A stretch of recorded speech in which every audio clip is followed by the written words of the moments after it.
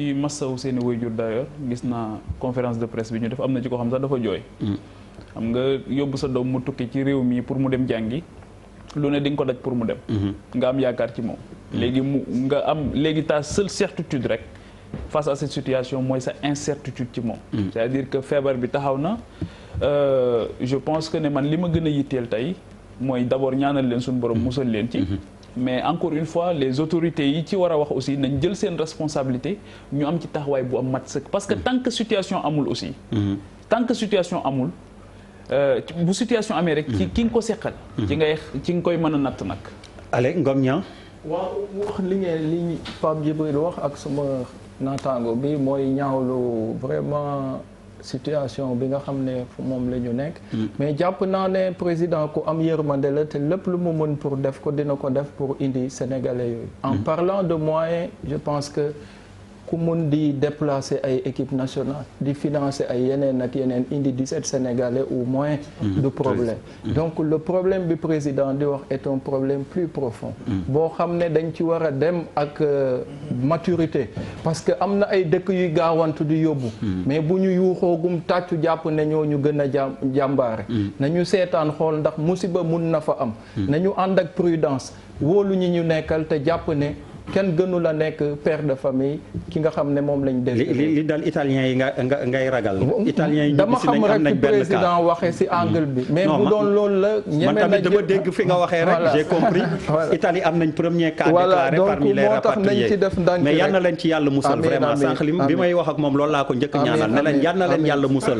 Birima oui. non c'est maa ngi d'abord. li muy njëkkee. mooy maa ngi ñaan ci kàttanu yonent bi salaatu wa salaam. Sénégal yi nekk foofu.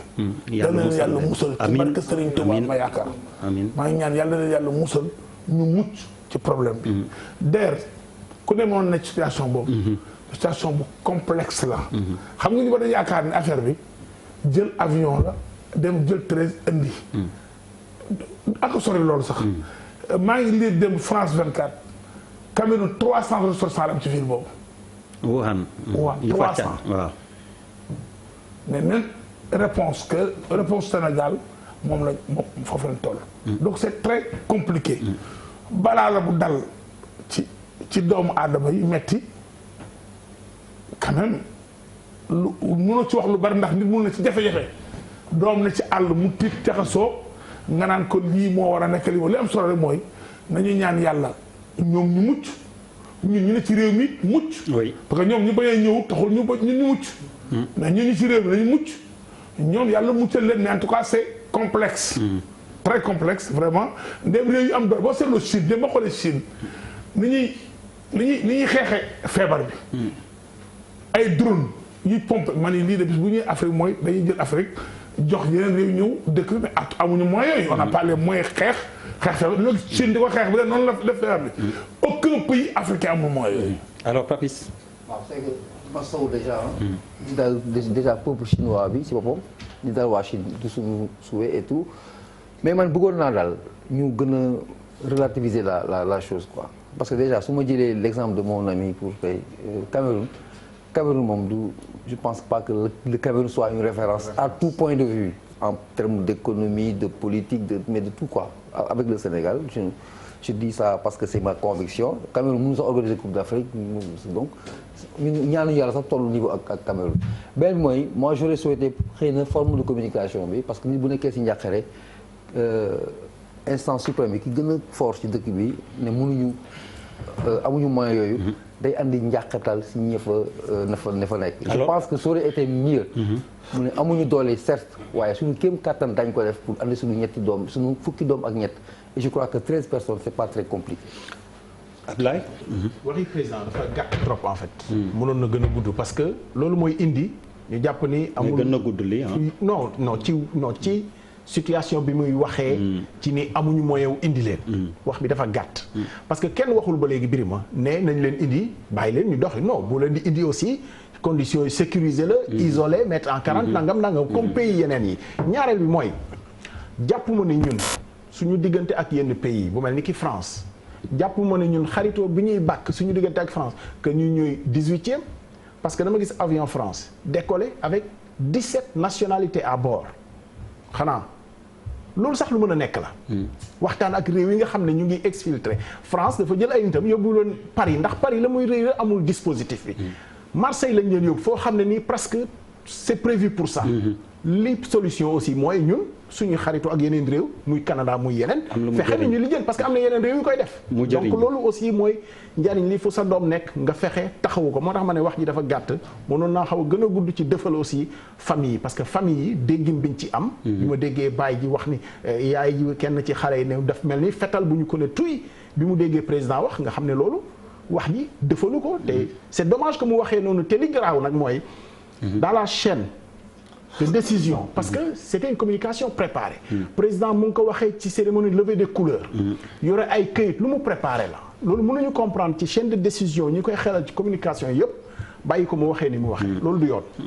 booba. mais am na français yu souvent ba léegi pour ko information. léegi moom y a des français yu fa des ba léegi. waaw dama ne. je les ai suivis mais dama la wax ne y a des français yu fa nekk ba tey am na français yu choisir des fa. non non si am na français yoo xam ne ñoo choisir des fa parce que gis-gis bon grawul gis-gis la on passe très rapidement. la fa nekk ci français ëpp na 5000. gis-gis waaw man daal man déjà avant may commencer mooy pour inviter nit ñi aussi que ñu am tuuti solidarité ak le peuple chinois xam nga ñun ñi nekk tout le temps ki suñuy wax ki suñuy remarque dafa dem ba nga xam ne à la limite am na su bëri yoo xam ne c'est même de la comédie ça veut dire nit bi bu nekkee ci coono yu mel noonu même bu ñu nee Chine la ñu nekk ci suñuy waxin ak suñuy defin ñu solidaire ak ñoom c'est important parce que mbir yu mel nii mën na nekk lu ne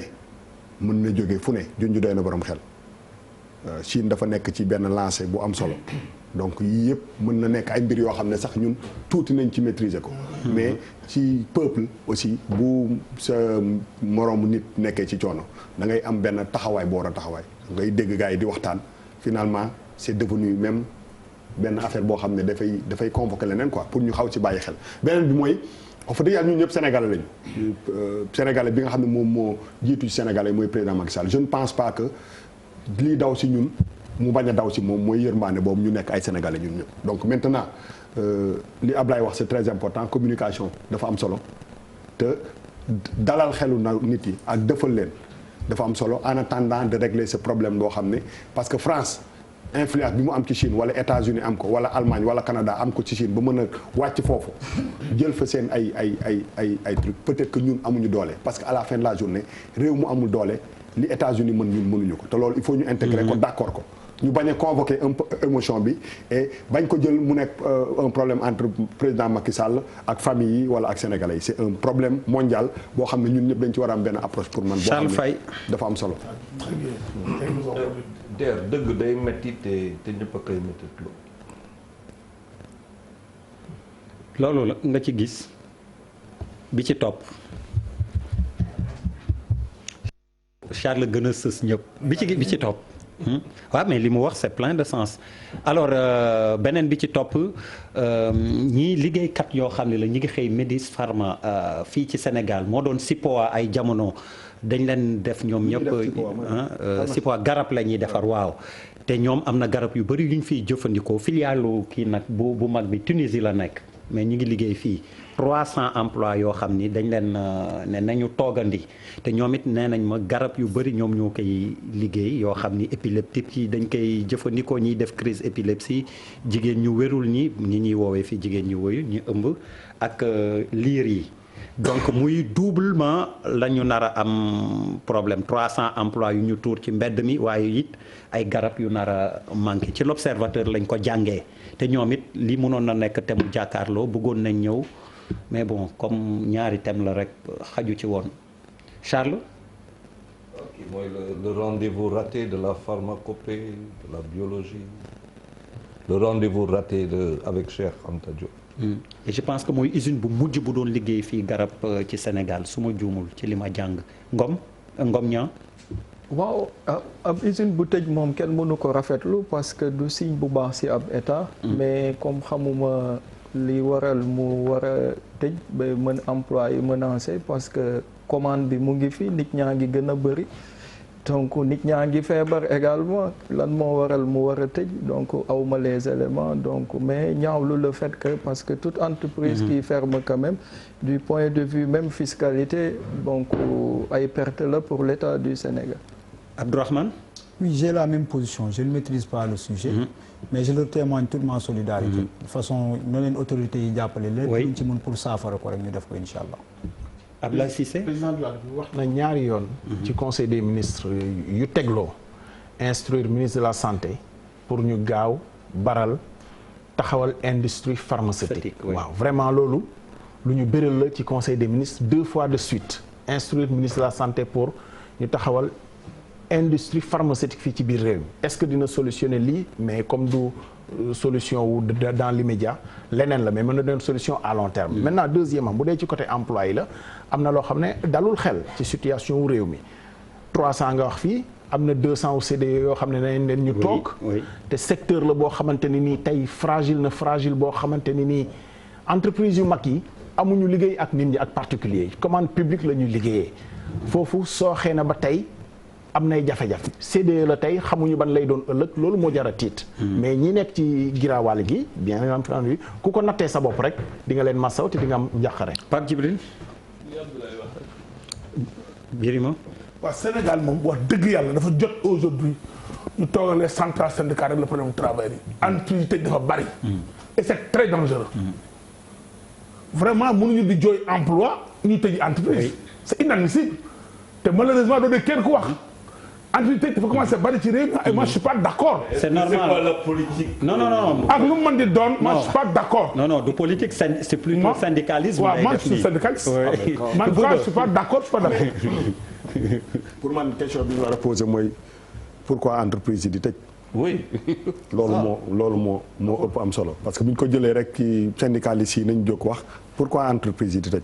parce que xaw ma CDE mais ci li ñu xam ni. je pense que bëri na ay doomu Sénégal yoo xam ne seen teraanga nekk na fa au-delà de liggéey bi ñu fa liggéey sax. ci li ñu xam perception bi ñu am na ci bëri yoo xam ne c'est une grande famille.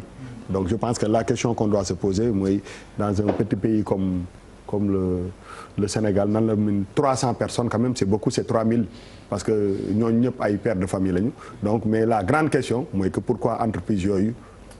par exemple c'est di wàññi 200 personnes c'est une grande question. Pharma aussi allez Papis. ci sama xam-xam bu ndaw bu gàtt yenn dëkk yu développé yom doole par exemple bu seen ay emploi ay entreprise di sooxe. gouvernement moo ñëw jàppale leen. pour ñu taxawaat. gis-gis bi ci topp bu mujj bi alors gis-gis bu mujj bi ñi ngi dem ci impacté terre ñi ngi ko doon wax sànq mooy train express régional bi. terre bi bëri na coow am na ñoo xam ne nag collectif buy dox suba doxu ñaxtu 52 quartiers Zac Mbao nee na mur guñ leen tabaxal goo xam ni la dafa mel ni dañ leen a beddi waaye am na tamit yeneen yu ñuy joytu nguur gi nee nañ du engagement yi mu jël yëpp la wàccoog moom bokk na problème mu relogement déjà même ñi collectif bi bokkul ak collectif national ñooñu it nee nañ état bi wàccoowul ak xam naa ni terre bi daal dinañ ko defaat sujet dellu si ci vrai problème yaa doon wax sànq terre yow laay dooree Abdourahmane. waaw ça me permet de dire que ni man dafa am loo xam ne dama ko gëm. ab réew. président bi koy jiite ñi mu àndal lépp luñ fa def. pour mu jëm kanam dañ ciy d'accord. conditions yi la ñuy contester. oui. transparence ou pas maintenant. il y a des impacts sociaux. environnementaux dans tout projet il y a des études qui devraient être faites avant. ñii di am ba nga xam ne lii yëpp mënoon nañ ko vraiment moytu man foofu laa leen di interpeller que ni population yi dañ nekk dans des situations de précarité ak yenn conditions de vie yu impossible maintenant bu ñu demee ba vraiment yii yëpp di leen dal foog naa balaa ñuy defar lii en tout cas infrastructure bi ñu mën a xool yooyu yëpp nan lañ koy mën a gérer waa APIX daal xam naa ni mënul ñàkk ñu dellu si waat fii Charles foog ñu ñëwaat alors Ngom Niang li ma si bëggoon wax mooy que terre bi moom ñëpp xam nañ ne mesure de sécurité moo ëpp si li côté parce que courant bu bëri moo koy dawal te même bu liggéey bi pare il faut ñu wax ak askan bi parce que ñi dëkke boor boobu yëpp ay gris ñoo fa newoon te dañ ko doon tëb kuy tëb gris du bàyyi miir donc tey état bi wax dëgg président bëggoon na yëf yi teel a daw mais bu dawoon aussi yóbbu bakkani benn nit rek coow toppatuñ ñoom préfère vraiment ñu coow ci ay retard que di coow si ay doomu aadama yu ñëwee. Vraiment je pense que c'est ça. Charles. waaw foo am projet matériel mu am projet social bu ko jiitu. allez. Ablaye koy nax yenn projet yi dafa bëri te duñ ko wax dëgg. xam nga courant bi dafa 25 000 volts moo ko waxal boppam parce que loolu la ko technicien yi wax. mais ñu yokk ko wax ko ni passerelle yi 300 mètres yu ne. président moo ko wax 31 décembre. mu ne lii waa Caaroy doon kaas jaru ko parce que 300 mètres yu ne am na passerelle bu ko technicien yi waxee. ba mu wax ko. ñooñu vraiment trompé nañu président. parce que ñii nga xam ne nii jàpp nañ ni mur bi tëj na leen amuñu fu ñu jaar bu ñu ko nee 300 mètres yu ne passerelle la nga fa ça veut dire que doo dox 150 mètres de part et d'autre te loolu c'est pas vrai donc loolu aussi mooy indi problème yi ñooñu ba ñu xëy wër passerelle gisuñu ko moo indi li yëpp Pape Djibril c'est vrai oui man encore une fois ñi population yi mu dal seen kaw lay wax rek day revenir ci li ñu doon wax ci Guet Ndar c'est-à-dire que la banlieue la grande banlieue honnêtement ku leen yërëmul doo leen teg beneen coono tal nañ lu neen nag li ma wax ci waa Guet Ndar léegi ne tal nañ leneen lu dul xëy di sànni ay xeer ak ay policier waaye ñii tamit tal nañ leneen lu dul marche suñu amoon li ñu soxla nañu marche lii nag man ay di gis nga fi mu ne nii pour man lu yëngu rek et c'est dangereux c'est-à-dire ku yëngatu ci sa secteur doo bëgg toog ku dul président mais c'est extraordinaire le président délègue à des gens yoo xamante ni daf leen di jox ay mission bu dee ñooñu dañu télé aussi mais franchement ça pose problème. Birima waaw man li ma d'accord ba dañu war a yokk passerelle yi quand même parce que nag aussi nit man nekk dañu defaree passerelle même gis naa fi ay passerelle yu def ci télé yi d'accord bu dee nga def baaxul ba des fois dafay sori kaw dafay da ngay tourner ci mag aussi c'est tellement dur que yaay pousse nit ki mu dem jaar fi ko ba rey. man je pense que les passerelles pourquoi Sénégal mënuñu def par exemple comme ni ñuy def kii bi lu ma vénère bi ñu continuer loolu. au lieu ngay yëg te moo yëg. ñu jaar ci suuf. nit c'est pas les Dakar waaw même waaw dama xam nga nit aussi nit. yow yaa fi jógee peut-être Sandiara bëgg ñëw tracer Dakar. Charles ne perturbe pas. s'il te plaît waaw ñu wax suñu paysan et villageois. voilà loolu bëgg ñëw tracer Dakar. waaw yéen booy Medina nga booy nanga mais dëkkoo Sénégal yow. man Sénégal la même donc. kii di booy ñaay cooke. moi je pense que mais maam yi beleer la. boo seetloo même ci dëkk tuwaay yi ñu koy def. toujours am na ay tunnel.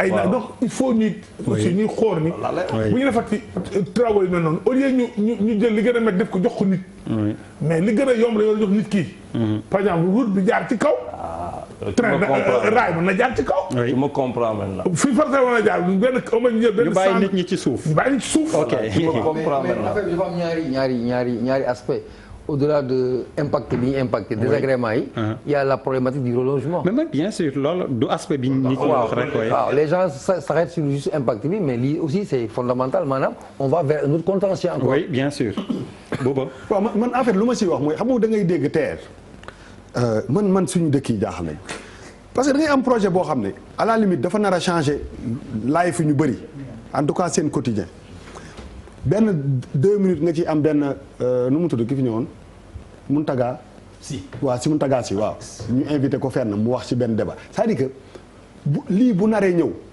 bis bu ne dañ ñu war a intégrer si ñun comment ça va fonctionner il faut communiquer projet bi lu muy déjà ci mbirum transparence bi ñu doon wax day tax nit ñi gën a imprégné wu nit ñi gën ko adapté approprié wu dëkk bu ndaw mi am projet mu ëpp 1000 milliards tey jii normalement ñun ñii fi toog ñëpp koo ci laajoon novembre la fi ñëwoon wax c'est pas important bu manqué 2 mois 6 mois 1 an c'est pas le plus important mais le plus important ñun ñii te xaw nañu bind suñ tur pour ne pas dire que ay jàngkat yu rëy lañ waroon nañu mën a ne TER bi bu ñëwee temps lay coûter fii lay taxaw ah man de bu taxawee fii taxaw fii laa war a dem toxu ji nit ñi fii lañ koy jëlee lii lay impacter dara mais rien du tout benn lañ fi am ci campagne électorale président de la république dugg na ci mu dugg dem ñëw boo amee projet bu mel nii état aussi dafa war a di communiquer mbir mi ñun ñoo ko moom wala ñoo koy fay tous les jours télé yaa ngi fi internet mi ngi fi rajo baa ngi fi lépp mi ngi fi nit ñi dañu war a xam projet yu mag yii lan lay impacter ci seen life pas que rek dañu leen war reloger wala benn mur Sénégal man mii war naa mën a xam TER bi lan la may indil te loolu doo bàyyi ba jour inauguration bi nga def benn direct def nii mu jeex il faut communiquer avec les populations terre bi dañ ko war a xam ci langue yëpp am na koo xam ne mën nga dëkk Thiès mën na xool terre bi ne damay relocaliser wu dem fii wax nii parce que lii la may indi lak na li noonu la projet di changer life nit mais teg rek naan milliards tey ji ñu inauguré te nit ñi préparé wuñu leen du sotti ak BRT xaw ma nu mu tudd BRT la wooye voilà te ñu bàyyi turu voilà yooyu laay wax nii nañ bàyyi turu nasaraan yooyu ñuy indil non mu romb ñu nii rek du ñu xam lan la mu jël ay 1000 milliards te fekk non dëgg la il faut que ñu wax ak nit ñi. Allez vraiment merci beaucoup Ablaye Cissé émission bi tey guest invité lañ ci awoon comme Malal ñëwul nga ñëw toogal ñu fi. jërëjëf merci. Der am na loo xam ne mu wax ko gaaw. ñu jeexal ci parce que damay ragal muy lu ñuy waxtaanee. Kayar. vraiment dañ ci taxaw parce que dëkk la boo xam ne semé nañu lu toll ci 1100 tonnes pomme de terre semence 1100 tonnes. am 21 000 tonnes de récolte. attesté loo xam ne 3 mois mën nañ ko jaay Sénégal dund ci. alors ci littoral bi nag dafa am entreprise boo xam ne jox nañ ko pour explorer zircon ñu jox ko lu toll ci 46 000 hectares. bari na parce que ci longueur. 46 wala 46 000 non 46 000. 46 000 non 46 000 oui oui si ci longueur littoral bi. ci longueur littoral bi 46 000 oui 46 000 hectares ci longueur littoral bi c'est des centaines de kilomètres la ñu ko jox. ak en profondeur. maintenant 4600 li ñu ko jox eggul ci tool yi. c'est vrai. mais bis bu ñu commencé explorer foofu. parce que ñaay bi dune yi la. dune yi bu affaissé woon ndox ma. day seey day dem voilà léegi nag. loolu ministre de l'agriculture dem na fa barki démb dafa yéemu moom ci boppam parce que gis na mbay mi ni mu naatee ni mu demee. mais vraiment bu fekkee ni loolu mooy industrialisation. pour tas li nga xam ne ni moo fa nekk yëpp jar nañu taxaw xool ko. te projet yooyu étude d'impact sur l'environnement dafa obligatoire depuis code de l'environnement bu bees bi. voilà damay bañ ñu ñëwaat ci jamonoy fitna mais foog ñu kilifa yi. taxaw ci lu